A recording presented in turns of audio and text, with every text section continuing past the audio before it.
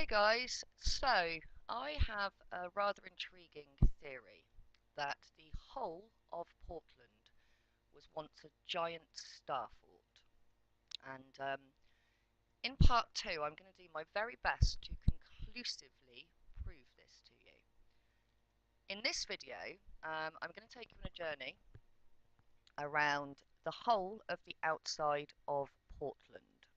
Okay? And I have a theory that all of the forts on Portland that we were told that were not connected were in fact all part of the same giant star fort structure. I know, sounds a bit kooky, doesn't it? Now, if you're wondering what a star fort is, so was I. I didn't know what a star fort was until December last year. So I'm going to leave a little link in the description box of this video so you can read up on what a star fort is.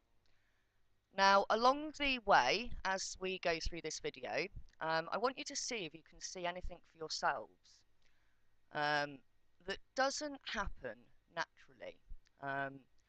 And what I mean by that is, I don't know, perfect squares, rectangle blocks, maybe bricks still held by cement.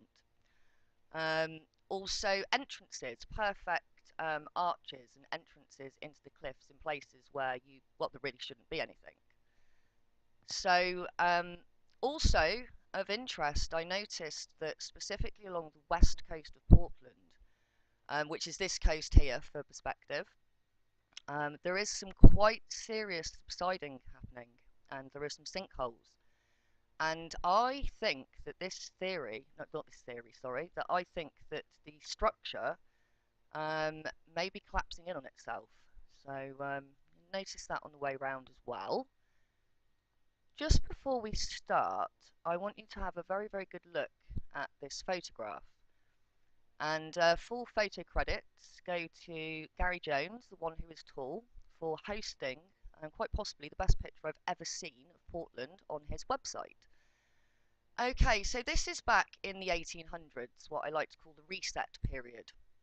Now, what we see here is a road in Easton. And Easton is the closest thing you can get to a town centre in Portland. So, and this is not a quarry. And we need to ask ourselves why masonry blocks, pre-cut masonry blocks, appear to be being removed and dug out of this area of Portland.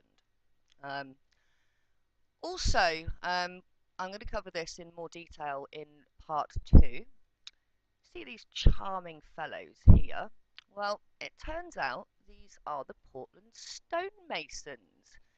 Yes, the Freemasons of the 1800s.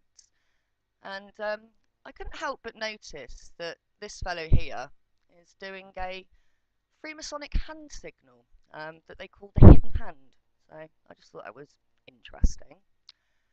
And I want you to pay very, very close attention to the last video in my slide, because I think it's very, very interesting indeed if you look at it critically.